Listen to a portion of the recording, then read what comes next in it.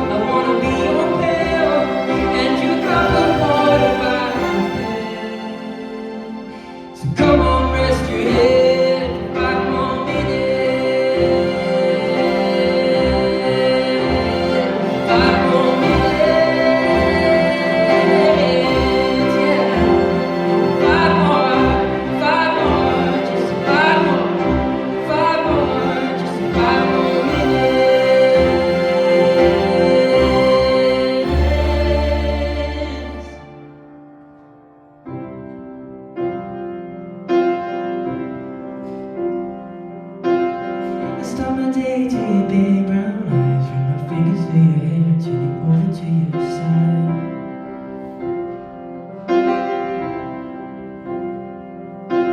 Let's leave the blinds down. Let's stay together. Let's leave the blinds down. Let's stay together.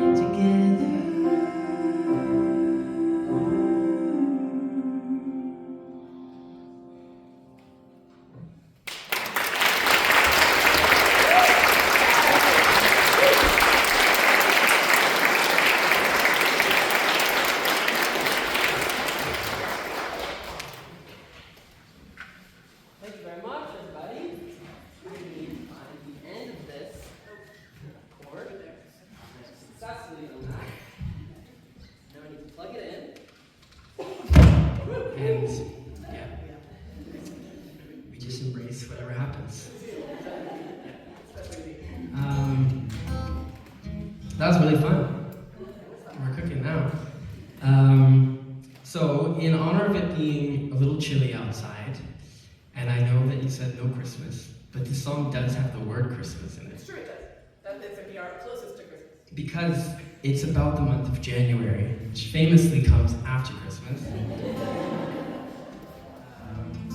Yeah, I wrote this song a couple years ago in the bathtub, and it's kind of about that cold winter monotony.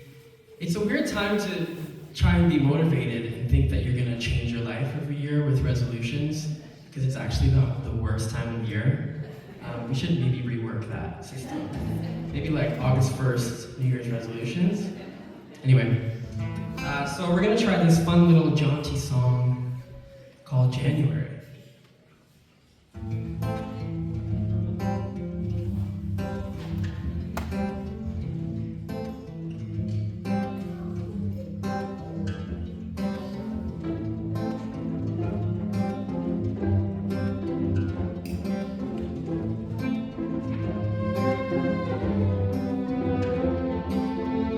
No resolutions, cause they say expecting change and doing the same things are kind of crazy. But I'm not crazy, I'm just lazy.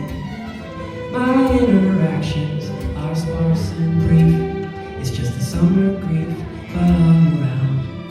But the wind just slows things down. Long drums on the floor, it must be January. Still feel stuck from last year, but that's ordinary. I got 2 Christmas candles and I'm burning them all tonight. I got time. It could only be January.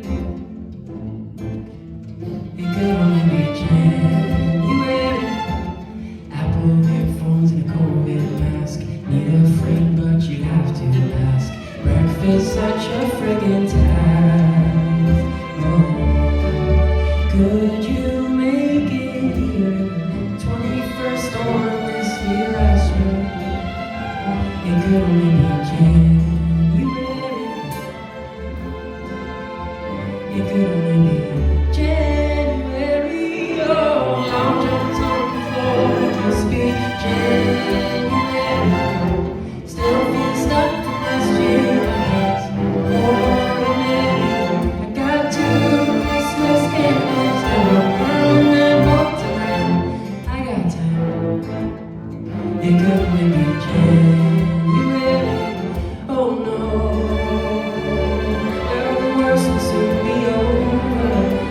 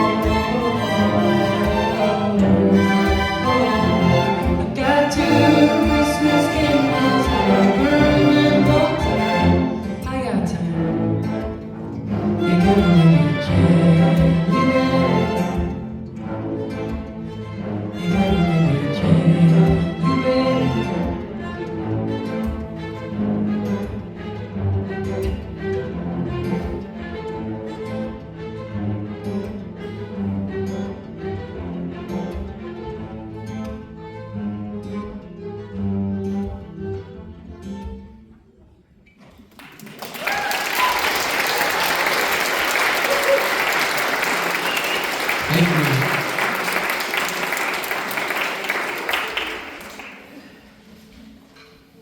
I want to thank Natalie for doing all this work. My gosh. Give it up for Natalie.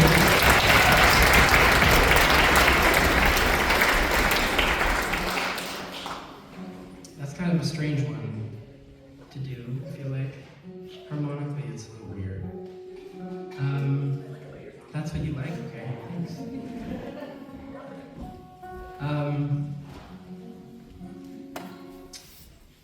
This next song that I'm going to do, This Sun, it's beautiful. Blinding and beautiful. It'll be my memoir. This next song is a new release of mine. I've been playing it for years.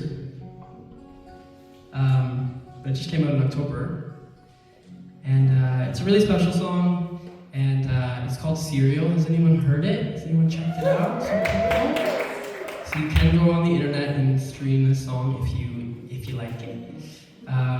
But yeah, it's kind of it's close to my heart. It's a song about first love, which I think maybe a lot of us have experienced, and kind of how over time all the problems and whatever just can crystallize and just into a nice memory that you can look back on. I skew towards optimism generally, so that's the energy we're bringing today. So the song is called Serial.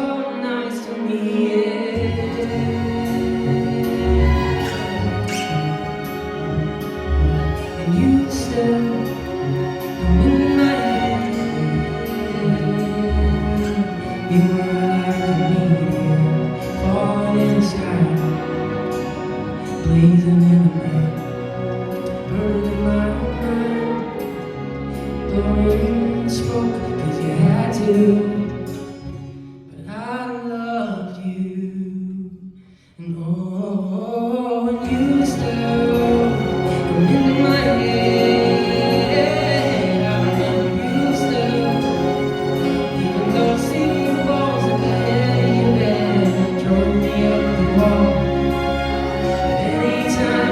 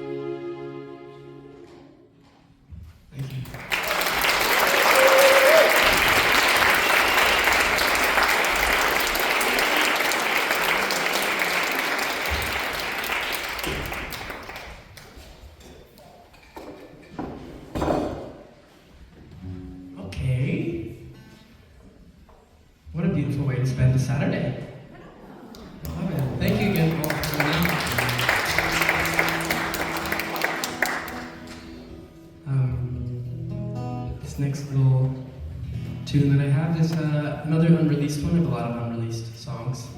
They're piling up. Good problem to have, maybe. Yeah, this one is kind of about, I tried to capture that feeling of, you know, sometimes you meet maybe the right person at the wrong time, and it's just a weird little, oh dang, kind of thing, you know? You know those ah dang people? Yeah, that's what they're called from now on. And yeah, sometimes it doesn't take long for someone to make an impression. So this is a song called Place in Me.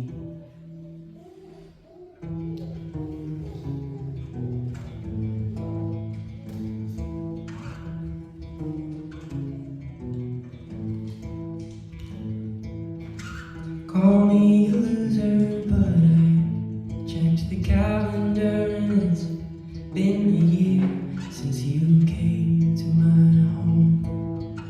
White wine and a white sweater, shoreline doesn't get better.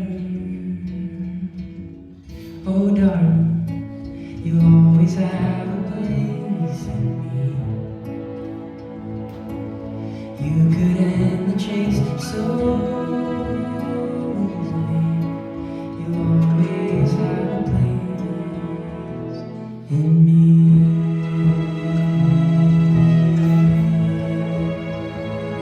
In me.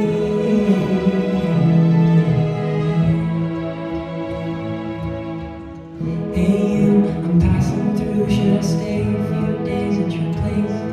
Said softly you could fall for me if I wasn't so far away.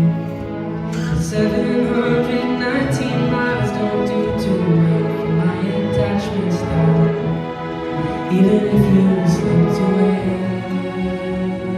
Yeah. Oh darling, you always have a place. You could end the chase so easily. You always have a place. You always have a place in me.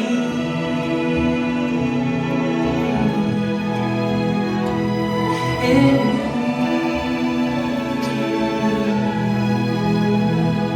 In me.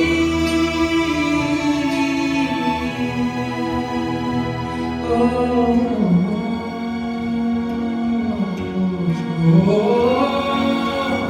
You go about your day and I'll go mine. I might just stay in your room, 'cause it feels like you. I think we know the outcome. I can see it on your face, but just in case, I'm saving space. Even in the dark, you lit up all my senses. I was ready to love despite the consequences. I wish I was singing about you now in present tenses, but your heart had fences.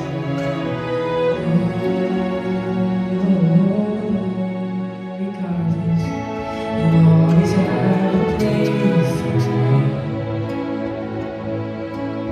You could end the chase so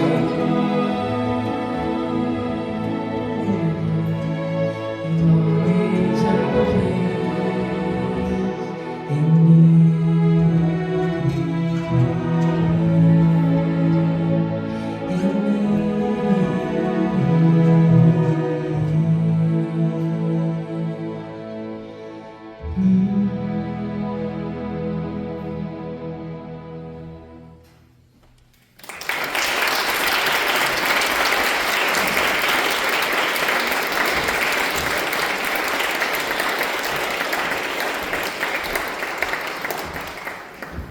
Thank you so much. This is the first time any of these have been arranged for anything, so what a treat. This is such a great day. I live like 2 blocks down the street, and like winter for me is kind of like random because I'm an unemployed singer-songwriter. So a day like today is great, and I just walk down the street, play with some string players, and after this, taking the day off, taking the day off for being unemployed. Yeah, we've reached our last tune, and Natalie and the String Collective have a couple numbers after this.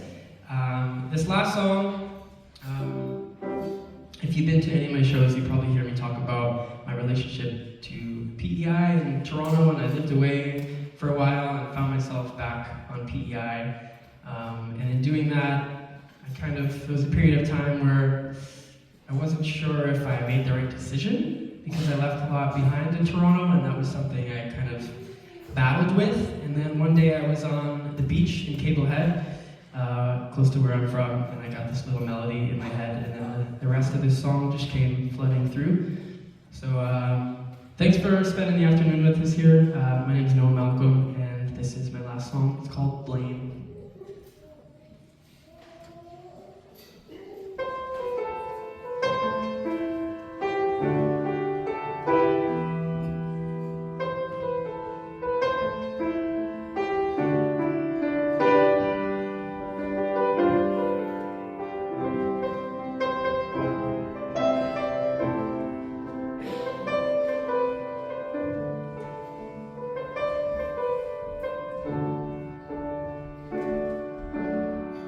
You could ask anyone that knew me, and they'd tell you I believed in you and me till the end. Baby, now I'm asking anyone that's been there how to live with letting go of the one thing you were sure of. Oh, I need a place to put this, something I can live with, but I'm already gone. Is everything my fault? I can blame the ocean that took me away. I can blame the airplane I flew on that day. I can blame the people that I love that made me stay. But if I really had to face it, if I really had to place it, it's me that I blame.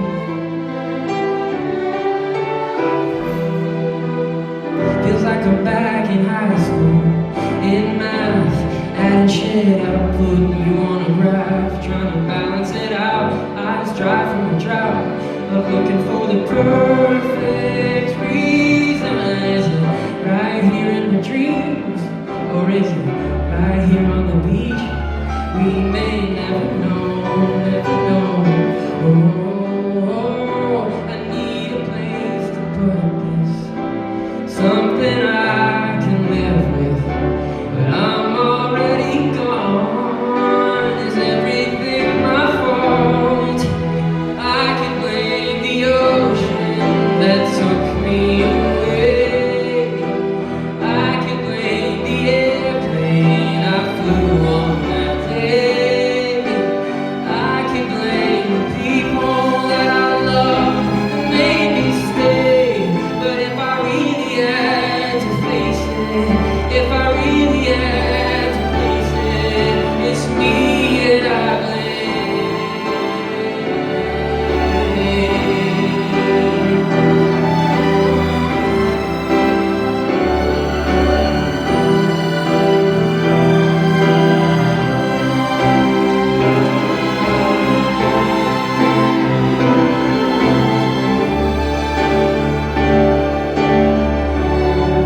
It's me that I blame.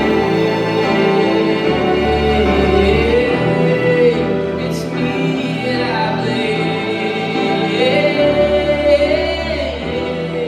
It's me that I blame. It's me that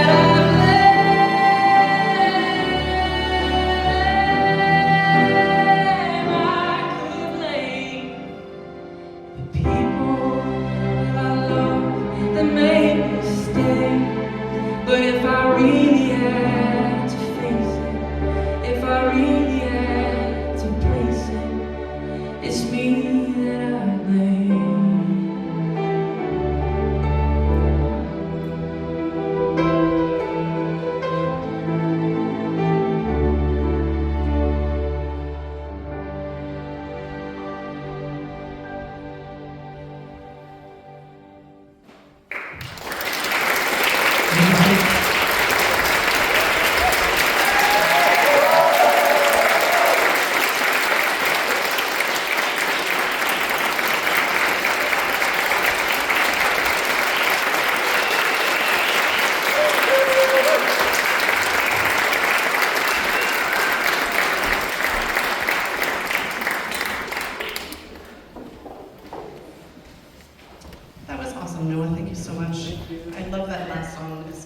honestly. It's just, as I say, a bit of a tearjerker. So now, we're gonna do something entirely different. Yeah, it's kind of like if you don't like the weather, wait 5 minutes and it's gonna change. So one of the things when I start to kind of figure out what music we should do in this group is we kind of look at the things in the repertoire and we think, wow, that would be really fun to do. And the piece that wandered into our brain last summer was Shostakovich's String Quartet No. 8, which is written in this arrangement for string orchestra. And this piece was written in 1960, and if you can believe it, he wrote it in 3 days. And it was basically, I can read a bit about it. The piece was written shortly after Shostakovich reluctantly joined the Communist Party. According to the score, it is dedicated to the victims of fascism and war. But his son Maxim interprets this as a reference to all the victims of all totalitarianism, sorry, that's a big word, while his daughter Galina says that he dedicated to himself and that the published dedication was imposed by Soviet authorities. There's always a bit of a confusion as to Shostakovich's motivations and what messages he kind of hid in his music. So one of his friends said that he thought of this work as his epitaph and that he planned to commit suicide around the time that he wrote it. So, as I say, a bit of an anti-Christmas piece. But in this time at the moment where our world is a little bit untenable and a little bit strange, and it's really hard to kind of know where things are going, hopefully this gives you a little bit of some time to kind of reflect and to listen to some beautiful music.